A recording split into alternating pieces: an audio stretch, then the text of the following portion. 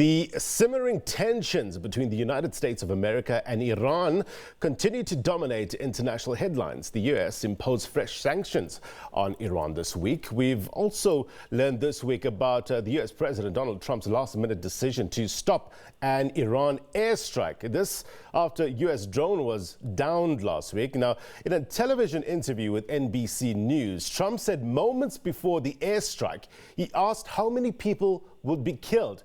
The answer he was given, approximately 150. Now, POTUS, as you know he's referred to in the United States, also said he is not looking for war, but if there is, there will be obliteration like you've never seen it before. His words. So, in an event of an all-out war, will there be global consequences? If so, how will South Africa be affected? Well, to get a perspective, let's bring in Professor John Stremlau. He's joining us via Skype from the US, I understand, just outside Boston.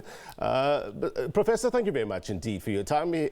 Professor is from the International Relations Department at Wits University. So, I guess lots to discuss. Let's start off with the new sanctions on Iran. What is it likely to achieve? Well, that's very difficult to know, and I must say it's refreshing to hear serious political discourse as you've just been going through over the SONA.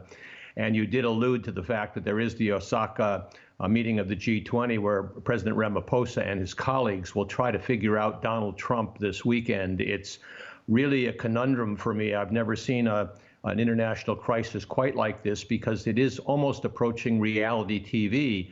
Donald Trump creates a problem and then he tries to manipulate all the attention to him and come up with a solution, whether it's real or not, doesn't really matter. But he did promise at the start of his campaign two things. One, he would not get the U.S. into another war abroad, and secondly, that he would be much better than Barack Obama in negotiating a nuclear deal with Iran, neither of which he has achieved, but he's making an awful lot of noise, which does legitimately concern South Africa and all other nations because oil prices could go sky high, and moreover, there could be an increase in the risk of nuclear proliferation and even a war. But neither side wants the war, and I suspect he will find some way to finesse this, claim a victory, and we won't go to war.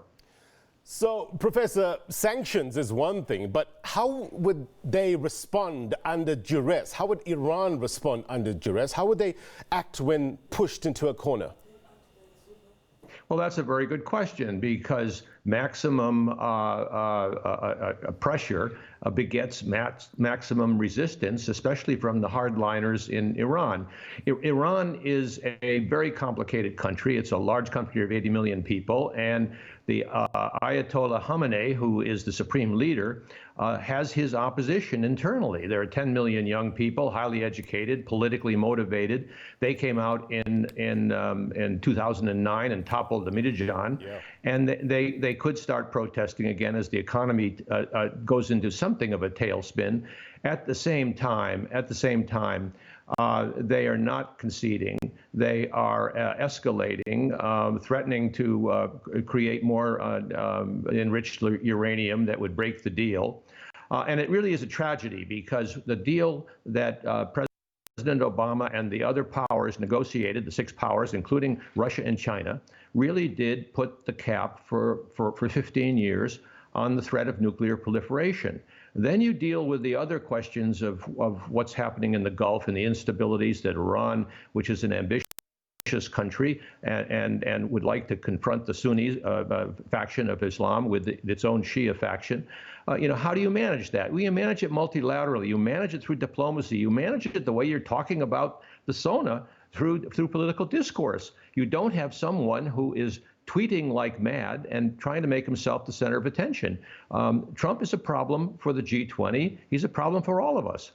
Look, I was watching an interview with a former CIA operative, Bob Baer, and he was saying that Iran has one of the most disciplined, well-trained, battle-ready forces in the world. I'm sure President Donald Trump has been briefed about this, but do you think he is concerned or aware of the global consequences?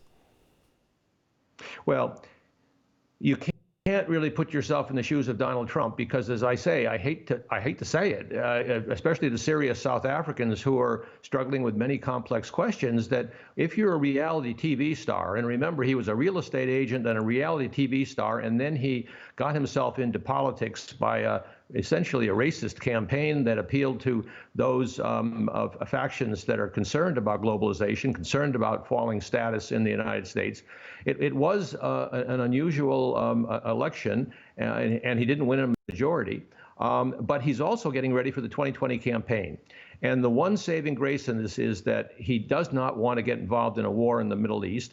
And his hard line, there's one right now, Mike Pompeo and John Bolton, seem to be in check because Trump keeps everybody off balance, including his own advisors. But he does it at a real risk and a real expense. I wish I had an easy answer for you, but we've never seen a leader quite like this. And it's very challenging when it's a democracy that you hope can find its way forward, as South Africa is finding its way forward, without slipping into authoritarian rule. But Trump acts like an African autocrat, as Trevor Noah famously points out in his comedy show to American audiences.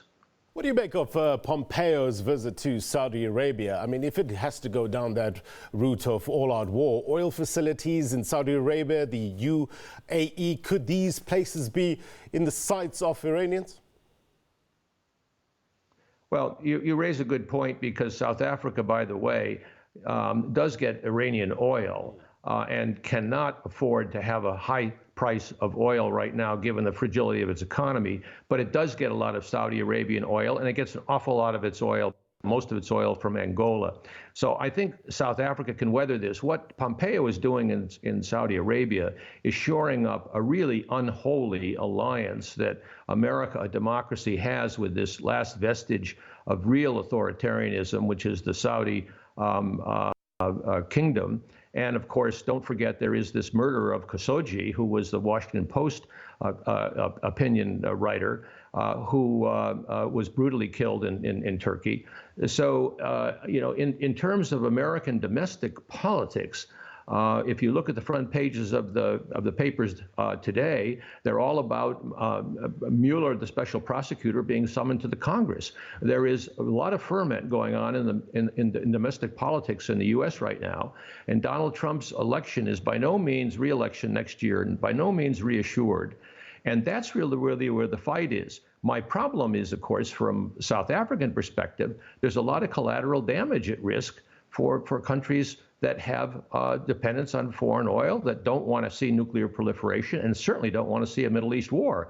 So what Ramaphosa and his colleagues do in dealing with Donald Trump, and don't forget China and the trade tensions this weekend in Osaka, Japan, really does matter. So while I'm glad President Ramaphosa is answering all the SONA questions, I'm also greatly pleased that he's heading for Osaka and will at least give South Africa's point of view to Donald Trump and to the other leaders as they try to figure out a way to manage this crisis. Well, on that point, Professor, if things take a nasty turn and these two countries, Iran and the US, butt heads, which countries are likely to stand by Iran's side? Well, Iran does not have many allies, and there is an ironic twist here, because the U.S. deposed Saddam Hussein in next-door Iraq, and there's some talk about Iraq, which is a majority Shia country, being an ally of Iran, which is makes the South African warning about the Iraq war back in 2003 all the more compelling today, but that's history. Going forward, it does not have many allies. In fact, what was so striking about the sanctions that were applied successfully in getting the nuclear deal was that it included South Africa, it included the Europeans, it included Russia, it included China. And really, Donald Trump is the odd man out, but so is Ayatollah Khamenei. So that I don't see, while the Russians and the Chinese will be able to deal a bit with Iran, they too want to see this nuclear deal continue. And the Europeans, America's longest and strongest allies, are also alienated by Donald Trump on this one, because they wanted to see the nuclear agreement that was forged in 2015, a great achievement, going forward. and it's hanging by a thread. So somehow Donald Trump has to figure out a way to back down, while at the same time, typically as he did in the trade dispute with Mexico, claim a victory, and the immigration dispute with Mexico, claim a victory, even if it's a false victory. It's just reality TV. Do you think that these new sanctions on Iran is a proportional response to the downed drone? Well, it's a lot better than sending that military plane in. There's one thing, again, about Donald Trump is where's the reality? Last week, he sent an extra 1,000 troops to the region, and that was cited by media as a signal of his toughness against Iran. But in fact, if you were really serious about going after Iran, you'd send 150,000 troops into the region, as you did with regard to the buildup before the Iraq invasion. I don't see that happening.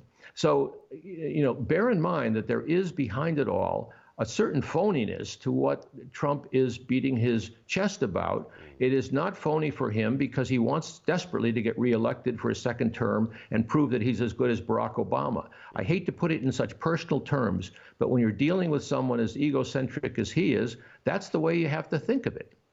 Professor, help our viewers understand this. In terms of a war being declared, whose job is it? Is it Congress's job or the president's? Well, now you're really getting into American politics in an important way. It's really basically the Congress's responsibility, but the Republicans have rolled over and taken their tax cuts and their other benefits from Donald Trump, and they are trying to consolidate a white minority male state capture, if I'm really being crude here in terms that South Africans might appreciate. Because they're not in the majority. The new majority is non-white, and it's very pluralistic and very diverse. And that's the Democratic Party that we saw get elected to the majority in the House of Representatives. But the Senate is still controlled by the Republicans because of the allocation of seats to the small and less populated and more conservative states. And so that struggle continues. But that's where the real game is being played out, in fact, is in the Congress and in the body politic of the American people, because they may throw him out of office within a year if they don't impeach him before then. But we simply do not know right now. And I wish I could give you an answer, but I've never seen a situation quite like this. Professor, appreciate you taking the time, waking up early to talk to us. Thank you for helping us understand the variables. Professor John Stremlau is from the WITS International Relations Department. Thank you.